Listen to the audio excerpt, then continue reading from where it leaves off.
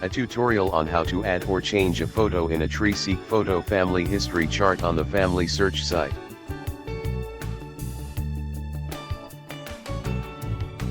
First, in FamilySearch.org, bring up the person that you would like to add a photo, or change the existing photo.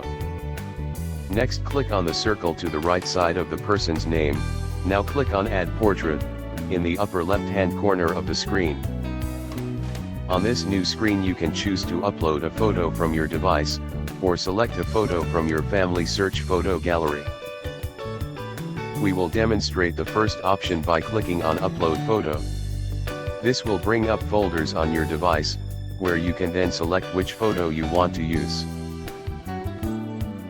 After selecting the photo, you can zoom in or out, and move the circle to select the person you would like to show in your TreeSeek photo fan chart.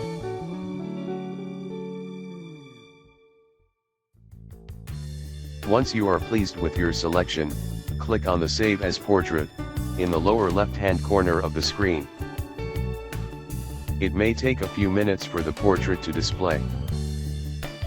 May you enjoy creating your family's photo fan chart and have a sensational time sharing this with your family and friends.